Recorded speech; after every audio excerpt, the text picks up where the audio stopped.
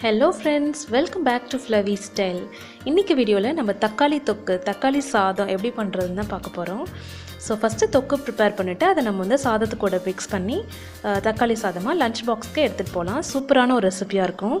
அதுக்கு வந்து ஒரு பேனில் நான் 2 டேபிள் ஸ்பூன் எண்ணெய் ஹீட் பண்ணிவிட்டு அதில் வந்து பெருஞ்சீரகம், கருவேப்பிலை இலை, அப்புறம் வந்து ஒரு பச்சை மிளகாய், பெரிய பச்சை மிளகான்றதுனால 1 எடுத்திருக்கேன், நீங்கள் 2 கூட எடுத்துக்கலாம்.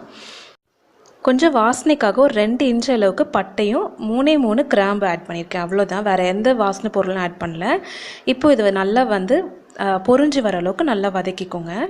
ஒரு சின்ன சைஸ் இஞ்சி வந்து துண்டு துண்டாக வெட்டி வச்சுருக்கேன், அது உள்ளே சேர்த்துக்கிறேன். அதே மாதிரி பூண்டையும் வந்து ரவுண்டாக வெட்டி வச்சுருக்கேன். அது பார்த்தாலே தெரியும் ரவுண்டாக இருக்கும். நான் எப்படியும் ஒரு 10லேருந்து 12 பல் பூண்டு எடுத்திருக்கேன். பூண்டு தான் இதில் வந்து ரொம்ப வாசனை கொடுக்கும். அது இதில் ரவுண்டாகவும் வெட்டி வச்சுருக்கேன். அதை பார்க்கவும் நல்லாயிருக்கும், ரொம்ப நல்லாயிருக்கும் அதோட வாசனை. அதே மாதிரி சின்ன வெங்காயத்தையும் ரவுண்டாக வெட்டியிருக்கேன். இது எப்படியும் ஒரு 20லேருந்து 25 வெங்காயம் இருக்கும். அது உள்ளே சேர்த்துக்கலாம். சேர்த்துட்டு அந்த எண்ணெயில் நல்லா அதை வதங்கட்டும். இப்போது அது வதங்கிறதுக்கு தேவையான அளவுக்கு நம்ம உப்பு போட்டுக்கலாம். உப்பு போட்டு அதை வதக்கினா சீக்கிரம் நம்மளுக்கு வேலையாகும்.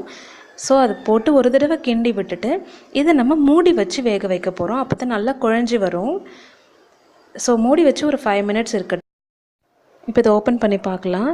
பாருங்கள், நல்லா சாஃப்டாக இருக்குது வெங்காயம்.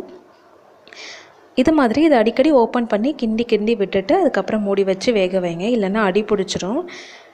அப்புறமா ஓரளவுக்கு வெந்ததுக்கப்புறம் மஞ்சத்தூள் ஒரு 1/4 டீஸ்பூன், 1 டேபிள் ஸ்பூன் சாம்பார் பொடி ஆட் பண்ணியிருக்கேன்.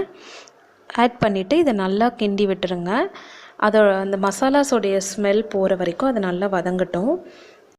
இப்போது இதில் வந்து 2 பெரிய தக்காளி வந்து நீளமாக கட் பண்ணி வச்சுருக்கேன், அதையும் அது உள்ளே சேர்த்துக்கலாம். நான் ஏன் நீளமாக கட் பண்ணியிருக்கேன்னா, இது நல்லா மசிஞ்சு வந்ததுக்கப்புறம் அதோடைய ஃப்ளெஷ் எல்லாம் போயிட்டு அதோடய ஸ்கின் மட்டும் தனியாக நீட்டாக கிடக்கிற மாதிரி இருக்கும். ஸோ தக்காளி சாதம்ன்றதுனால அது ஒரு தனியாக அழகாக இருக்கும். அதனால தான் அந்த மாதிரி பண்ணேன். நீங்கள் அது தனியாக கிடக்கிறது உங்களுக்கு பிடிக்காதுன்னா நீங்கள் பொடியை கூட நறுக்கி போட்டுக்கலாம். இதையும் மூடி வச்சு நல்லா வேக வைக்கலாம். இது ஒரு 5 மினிட்ஸ் இது மாதிரியே வேகட்டும். ஸோ இது மாதிரி மூடி வச்சு வேக வைக்கிறதுனால தக்காளி சீக்கிரமாக சாஃப்ட் ஆகி வரும்.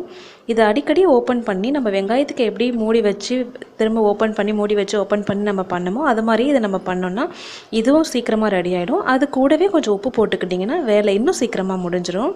ஸோ உப்பு போட்டு கிளறி விட்டுருங்க. இது நல்ல ஒரு சாஃப்டான பேஸ்ட்டாக வர அளவுக்கு நல்லா மூடி வச்சு ஓப்பன் பண்ணி ஒரு கிரேவி மாதிரி கொண்டு வந்துக்கோங்க. இது நல்லா வெங்காயமும் தக்காளியும் அது உள்ளே இருக்கிறது தெரியாத அளவுக்கு ஒரு கிரேவியாக வந்ததுக்கப்புறம் கொஞ்சமாக தண்ணி விட்டுக்கோங்க. அப்போ தான் நம்ம சாதத்து கூட சேர்த்து கிளறதுக்கு ஈஸியாக இருக்கும். ஸோ அந்த தண்ணி கொதிக்கட்டும்.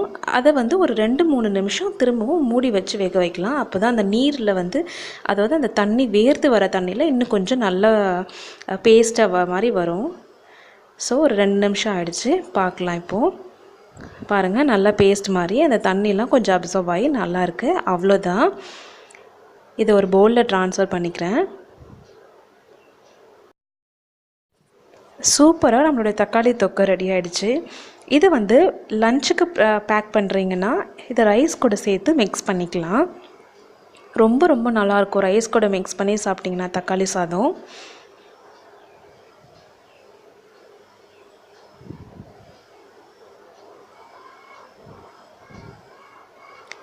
இதை இப்படி மிக்ஸ் பண்ணிவிட்டு லஞ்ச் பாக்ஸில் பேக் பண்ணி எடுத்துகிட்டு போயிடலாம். இது சாதத்துக்கூடையும் சாப்பிடலாம், இல்லைன்னா இது கூட வந்து கொஞ்சம் கொத்தமல்லி தழையை மேலே போட்டுட்டு இது தோசைக்கோ இட்லிக்கோ சாப்பிட்டிங்கன்னா ரொம்ப நல்லாயிருக்கும். நீங்கள் சப்பாத்திக்கோ இல்லை பூரிக்கு கூட இதை சைட் டிஷ்ஷாக வச்சு சாப்பிட்லாம். அவ்வளோதான், நம்மளுடைய தக்காளி சாதம் தக்காளி தொக்கு ஈஸியாக ரெடி ஆகிடுச்சு. ஸோ இந்த வீடியோ உங்களுக்கு பிடிச்சிருந்ததுன்னா லைக் பட்டனை ப்ரெஸ் பண்ணுங்கள், ஃப்ளவி ஸ்டைலுக்கு சப்ஸ்கிரைப் பண்ணுங்கள், மறக்காமல் நோட்டிஃபிகேஷன் பெல்லில் ஆனில் இருக்கான்னு பார்த்துக்கோங்க. அப்போ தான் நான் எப்போல்லாம் நியூ வீடியோஸ் அப்லோட் பண்ணுறனோ உங்களுக்கு ஃபஸ்ட்டு